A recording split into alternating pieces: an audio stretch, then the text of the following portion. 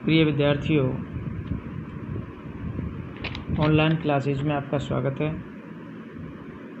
आज हम BA part third year की पुस्तक कविता पथ से कवि जयशंकर प्रसाद को पढ़ेंगे। उनका एक महाकाव्य है कामायनी, उसमें जो सर्ग है श्रद्धा सर्ग, उसी के विषय में यहाँ बताएंगे। तो देखो, मैं एक बार इसको पढ़ देता हूँ। कौन तुम संस्कृति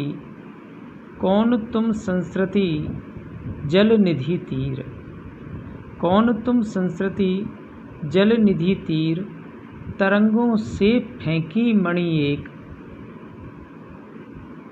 कर रहे निर्जन का चुपचाप, प्रवाह की धारा से अभिषेक।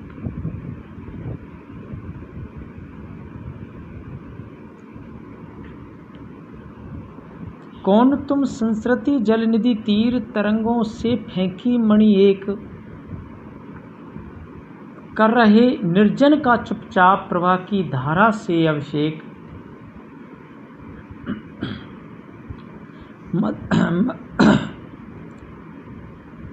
मधुर विश्रांत और एकांत जगत का सुलझा हुआ रहस्य, एक करुणा में सुंदर मौन और चंचल मन का आलस्य। पहले दो पद को पढ़ा देते हैं हम, उसके बाद नीचे वाला पद लेंगे। कौन तुम संस्कृति जलनिधि तीर, तरंगों से फेंकी मणि एक, कर रहे निर्जन का चुपचाप, प्रवाह की धारा से अभिषेक।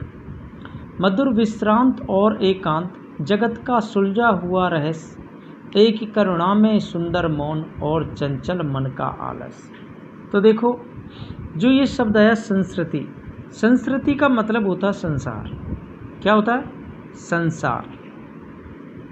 और ये जो प्रभा शब्द आया है, इसका मतलब होता है चमक या कांति। अभिषेक का अर्थ होता है आलोकित करना। क्या होता है? आलोकित करना।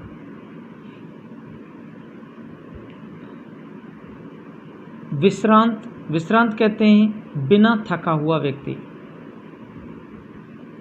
जिसमें थकान नहीं होती है, स्फूर्ति रहती है, विश्रांत ये होता है।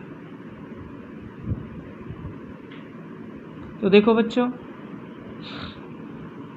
हम इसका अर्थ करते हैं। सबसे पहले मैं बता देता हूँ कि ये जो अवतरण है, ये जो पद्यांश है, ये श्रद्धा शीर्षक कविता से उद्धृत है। ये श्रद्धा शीर्षक कविता से उद्धृत है। और ये जो कामायनी है, जयशंकर प्रसाद का महाकाव्य है।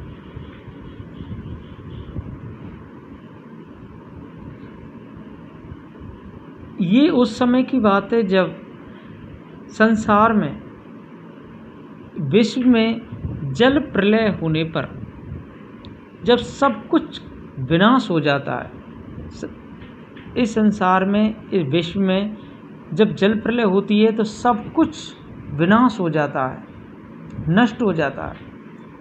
तब मनु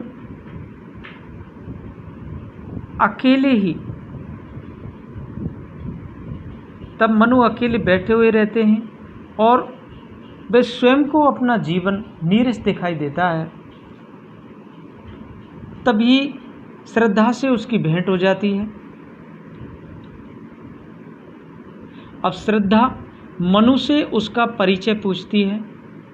इसी संदर्भ में कवि वर्णन करते हुए कहते हैं, कौन तुम संस्कृति जलनिधि तीर, तरंगों से फेंकी मणि एक, कर रहे निर्जन का चुपचाप, प्रवाह की धारा से अभिषेक। श्रद्धा मनु से पूछती है कि तुम कौन हो? कौन तुम? श्रद्धा मनु से पूछती है कि तुम कौन हो? जल निधि तीर, कौन तुम संस्कृति जल निधि तीर, तरंगों से फेंकी मणि एक। जिस प्रकार सागर की लहरों के द्वारा फेंकी गई मणि सुनसान स्थान को अपनी कांति से आलोकित करती है। सुनसान स्थान पर फेंकी गई मणि अपनी कांति से आलोकित करती है। श्रद्धा मनु से पूछती है कि तुम कौन हो? जिस प्रकार जलनिधि तीर, जिस प्रकार समुद्र की या सागर की लहरों के द्वारा फेंकी गई मणि सुनसान स्थान को अपनी कांति से आलोकित कर देती है, उसी प्रकार कर रहे निर्जन का चुपचाप प्रवाह की धारा से अभिषेक, उसी प्रकार तुम भी इस संसार रूपी सागर के किनारे पर बैठे हुए, तुम भी इस संसार रूपी सागर के किनारे पर बैठे हुए एक मणि के समान ही हो। कवि कहते हैं कि उसी प्रकार तुम भी संसार रूपी सागर के किनारे पर बैठे हुए एक मणि के समान ही हो तथा इस एकांत स्थान को, इस सुनसान या एकांत या निर्जन स्थान को अपनी कांति से सुशोभित कर रहे हो। श्रद्धा कह रही है मनु से, अपनी कांति से सुशोभित कर रहे हो कि तुम कौन हो। श्रद्धा पूछ रही थी मनु से कि तुम कौन हो? जिस प्रकार समुद्र की या सागर की लहरों के द्वारा फेंकी गई जो मणि होती है वो निर्जन स्थान को भी अपनी चमक से आलोकित कर देती है, उसी प्रकार तुम भी इस संसार रूपी सागर के किनारे पर बैठे हुए एक मणि के समान ही हो, जो कि एक निर्जन स्थान को अपनी कांति से सुशोभित कर रहे हो। मधुर विश्रांत और एकांत जगत का सुलझा हुआ रहस्य।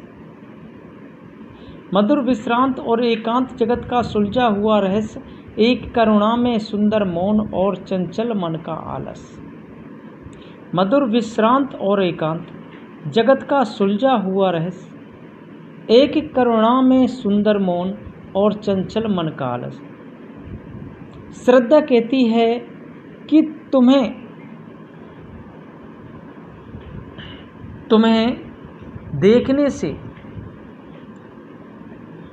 देखने से मुझे ऐसा लगता है मानो तुमने इस संसार के रहस्य को सफल बना दिया है, अर्थात सुलझा लिया। श्रद्धा कहती है कि तुम्हें देखने से मुझे ऐसा लगता है कि मानो संसार के रहस्य को सुलझा लिया या सफल बना लिया है, और तुम अकेले में निश्चिंत होकर के बैठे हुए हो। एक करुणा में सुंदर मौन और चंचल मन का आलस, और तुम्हारे चेहरे पर और तुम्हारे मुख पर एक करुणा झलक रही है। एक करुणा में सुंदर मन, और तुम्हारे चेहरे पर एक करुणा झलक रही है, मौन करुणा झलक रही है, अर्थात तुम्हारा मौन रहना बड़ा ही सुंदर लग रहा है, आकर्षक लग रहा है।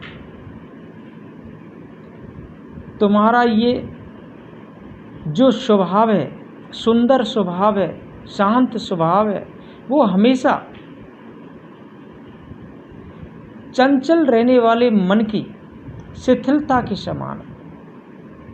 चंचल रहने वाले मन की शिथिलता के समान है। शिथिलता कहते हैं मतलब आलस। कवि का कहने का भाव ये कि जब प्रलय होती है, जब प्रलय हुई तो मनु अकेले बैठे हुए थे निर्जन स्थान। जिस प्रकार मन हमेशा चंचल बना रहता है और उसमें तीव्र वेग होता है, उसी प्रकार तुम भी शांत रहते हुए भी महाशक्ति वाले हो, अपार शक्ति वाले हो, जिसकी शक्ति की कोई सीमा ही नहीं। और मानवता की जो करुणा भरी हुई है तुम्हारे अंदर, जिसे मानवीय करुणा बोलते हैं, वो तुम्हारे चेहरे से झलकती हुई सी दिखाई दे रही है। तुम्हारे चेहरे से झलकती हुई सी दिखाई दे रही है। तो देखो, ये जो पद हैं, इस पद में जब प्रलय होती है तो मनु मतलब निराशा से भर जाते हैं, चारों तरफ से निराशा से गिर जाते हैं। इसलिए कवि ने उसका जो चंचल मन है उसको आलस्य कहा है। इसमें रूपक और उपमा अलंकारों का भी प्रयोग किया गया है, तत्सम शब्दावली का प्रयोग किया गया है। और इसमें भाव है, भावों की प्रवणता भी दिखाई दे रही है। तो देखो, अब हम अगला पद लेते हैं।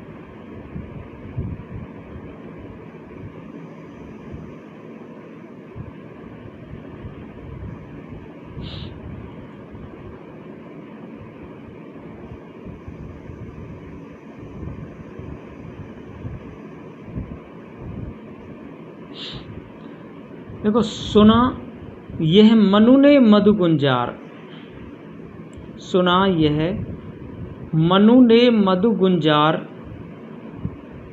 मधुकरी कासा जब सानंद। सुना ये मनु ने मधु गुंजार, मधुकरी कासा जब सानंद। किए मुख नीचा कमल समान, किए मुख नीचा कमल समान। प्रथम कवि का ज्यों सुंदर छंद, प्रथम कवि का ज्यों सुंदर छंद। एक झटका सा लगा सहर्ष, एक झटका सा लगा सहर्ष। नरखने लगे लुटे से कौन, एक झटका सा लगा सहर्ष। नरखने लगे लुटे से कौन। गा रहा ये सुंदर संगीत, कुतूहल रह न सका फिर मौन, कुतूहल रह न सका फिर।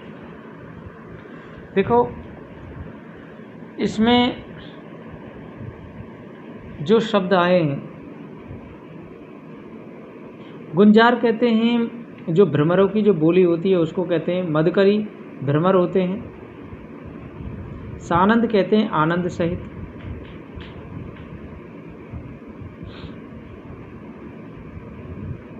और कौतूहल कहते हैं जिज्ञासा। कौतूहल माने जिज्ञासा।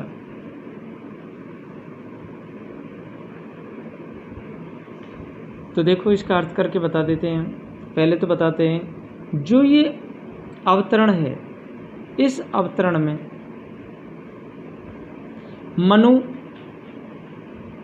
मनु अकेले बैठे हुए शांत स्वभाव से। श्रद्धा मनु से उनका परिचय पूछती है। तब मनु को जो अनुभूति होती है वह श्रद्धा के सामने वर्णित करते हैं। मनु ने श्रद्धा के वचन सुने। वह जो वचन थे, उसके जो वचन थे श्रद्धा के, वे मनु के लिए भ्रमरी की मधुर गुंजार के समान अत्यधिक आनंदकारी लग रहे थे। सुनाइए मनु ने मद गुंजार, मद करी का सा जब सानंद। मनु ने जब श्रद्धा के वचन सुने तो वे जो श्रद्धा के वचन थे वे उसे भ्रमरी की मधुर गुंजार के समान अत्यधिक आनंदकारी लग रहे थे। के मुख नीचा कमल समान, प्रथम कवि का जो सुंदर छंद। उसका जो मुख था वो नीचे झुके हुए कमल के समान था और उसकी जो मधुर बोली थी वो ऐसी लग रही थी मानो आदि कवि वाल्मीकि का पहला छंद जैसी मधुरता थी। वो ऐसी लग रही थी जैसे आदि कवि वाल्मीकि का पहला छंद हो। उसमें जो आदि कवि वाल्मीकि के जो पहले छंद में जो मधुरता थी नहीं, ऐसी उसकी वाणी लग रही थी श्रद्धा की, मनु के लिए।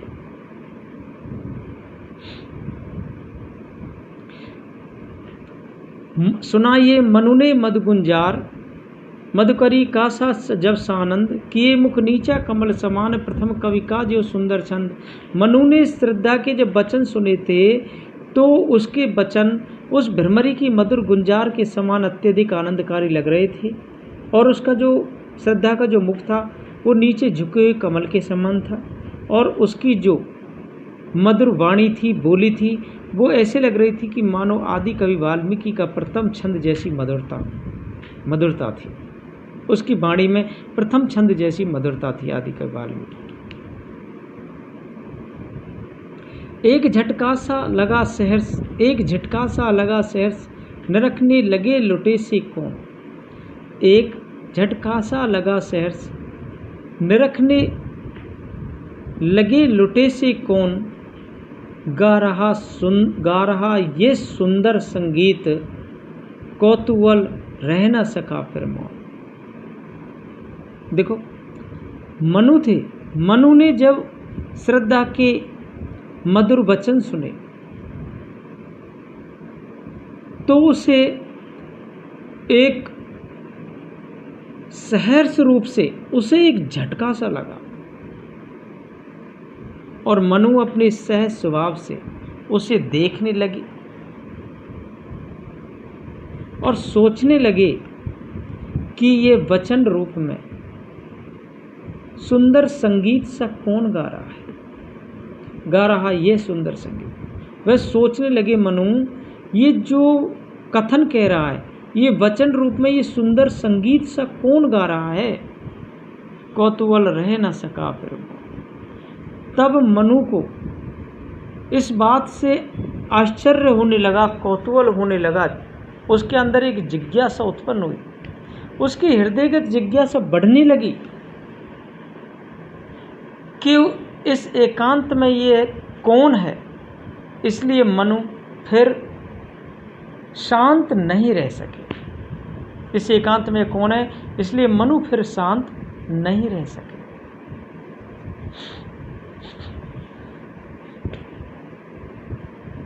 समझे आप? देखो, एक झटका सा लगा शहर से निरखने लगे लुटे से कौन। गा रहा ये सुंदर संगीत, कौतूहल रह न सका फिर मौन। मनु ने जब श्रद्धा का कथन सुना, मधुर वाणी सुनी, तो उसे एक सहर्ष से झटका सा लगा और वह मनु अपने सहज स्वभाव से देखने लगे, सोचने लगे कि ये जो वचन रूप में सुंदर संगीत सा कौन गा रहा है।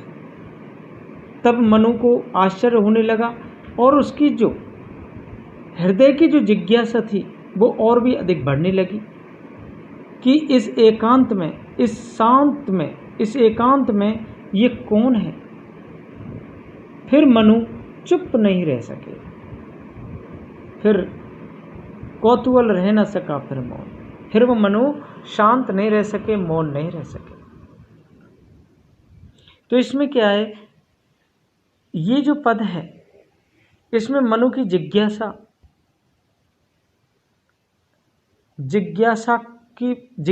देखिए है कि उसकी एक श्रद्धा के प्रति, श्रद्धा को जानने के लिए कितनी जिज्ञासा थी।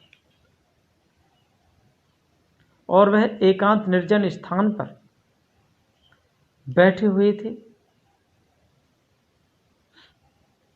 और श्रद्धा के विषय में सोच रहे थे। इसमें अनुप्रास, उत्प्रेक्षा, उपमा आदि अलंकारों का प्रयोग किया गया है। भाषा है जो इसकी तत्सम है। तो देखो बच्चों, अब हम नेक्स्ट पद लेते हैं।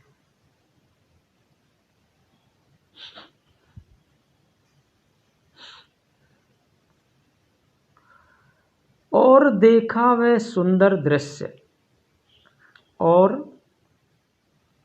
देखा वह सुंदर दृश्य, नयन का इंद्रजाल अविराम।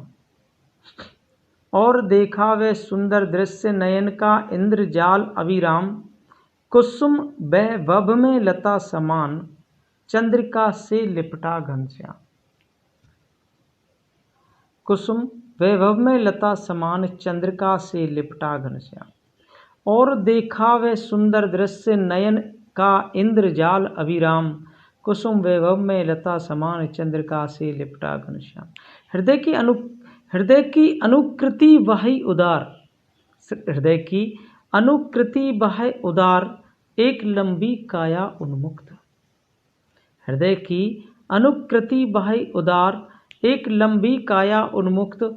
मधु पवन क्रीडित ज्यों शिशुसाल, मधु पवन क्रीडित ज्यों शिशुसाल। सुशोभित हो सौरभ संयुक्त, सुशोभित हो सौरभ संयुक्त।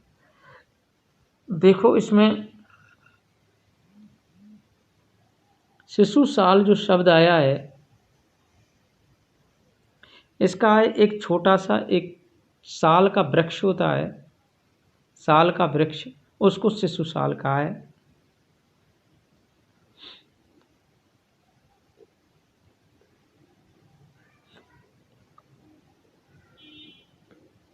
मधु पवन कहते हैं आनंद करने वाली, आनंद देने वाली पवन वायु। क्रीडित माने खेलना। उन्मुक्त, उन्मुक्त कहते हैं स्वच्छंद को।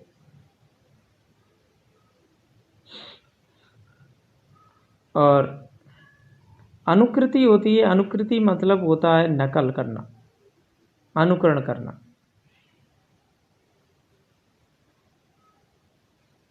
और देखो इसमें अभिराम शब्द आया है। अभिराम का मतलब होता है सुंदर। और इंद्रजाल जादू को कहते हैं। कुसुम, कुसुम का अर्थ होता है पुष्प, फूल। तो देखो अब हम इस पद का अर्थ करके सुनाते हैं।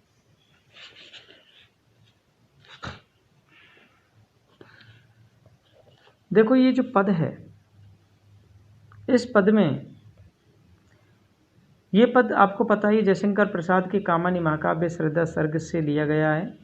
इसमें कवि ने उस समय का वर्णन किया है जब मनु अकेले में, एकांत में किसी पत्थर पर बैठे हुए, किसी शिला पर बैठे हुए, निराश बैठे हुए हैं। कोई शिला है, उस पर निराश बैठे हुए हैं, निराश मन से बैठे हुए हैं। तो मनु के सामने श्रद्धा ने आकर के,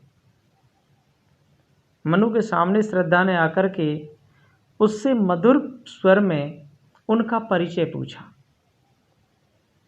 तो कवि वर्णन करते हुए क्या कहते हैं? और देखा वह सुंदर दृश्य, नयन का इंद्रजाल अभिराम।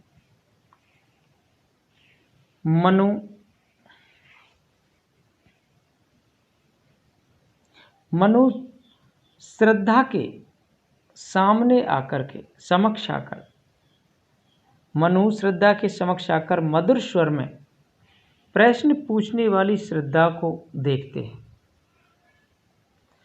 जो मधुर स्वर में श्रद्धा ने जो उनसे जो प्रश्न पूछा था, तो मनु उसे देखते हैं, श्रद्धा को देखते हैं। उस समय रूप सौंदर्य से युक्त श्रद्धा का अचानक सामने आना, रूप सौंदर्य से युक्त श्रद्धा का अचानक सामने आना इंद्रजाल के समान आंखों को आकर्षक लगने वाला ये दृश्य था। कुसुम वैभव में लता समान चंद्रिका से लिपटा घनश्याम, वह ऐसा दृश्य था मानो फल फूलों से लदी हुई कोई लता जैसी हो। देखो, वह ऐसा दृश्य था मानो फूलों से लदी कोई लता जैसी हो, अथवा चांदनी से सराबोर हो रहा कोई नीला बादल हो। कुसुम वैभव में लता समान चंद्रिका से लिपटा घनश्याम, वह ऐसे लग रही थी, वह दृश्य ऐसा लग रहा था कि मानो फूलों से लदी हुई कोई लता जैसी हो, या चांदनी से सराबोर हो रहा कोई नीला बादल हो। नीला बादल हो। और देखा वे सुंदर दृश्य नयन का इंद्रजाल अभिराम, कुसुम वैभव में लता समान चंद्रिका से लिपटा घनश्याम। देखो, इसमें मनु श्रद्धा के सामने आकर मधुर स्वर में प्रश्न पूछने वाली श्रद्धा को देखते हैं। उस समय श्रद्धा जैसे ही मनु के सामने आती है तो मनु के लिए इंद्रजाल के समान लगती है। उसकी आंखों को, जिस प्रकार आंखों को एक आश्चर्यपूर्ण इंद्रजाल दिखाई देता है, इंद्रजाल के समान आंखों को अच्छा लगने वाला ये दृश्य दिखाई देता है। वह ऐसा दृश्य था कि मानो फूलों से लदी कोई लता जैसी हो, यह चांदनी से सराबोर कोई नीला बादल हो। हृदय की अनुकृति वह उदार, एक लंबी काया उन्मुक्त। वह अपने इस नाजुक हृदय के अनुकरण की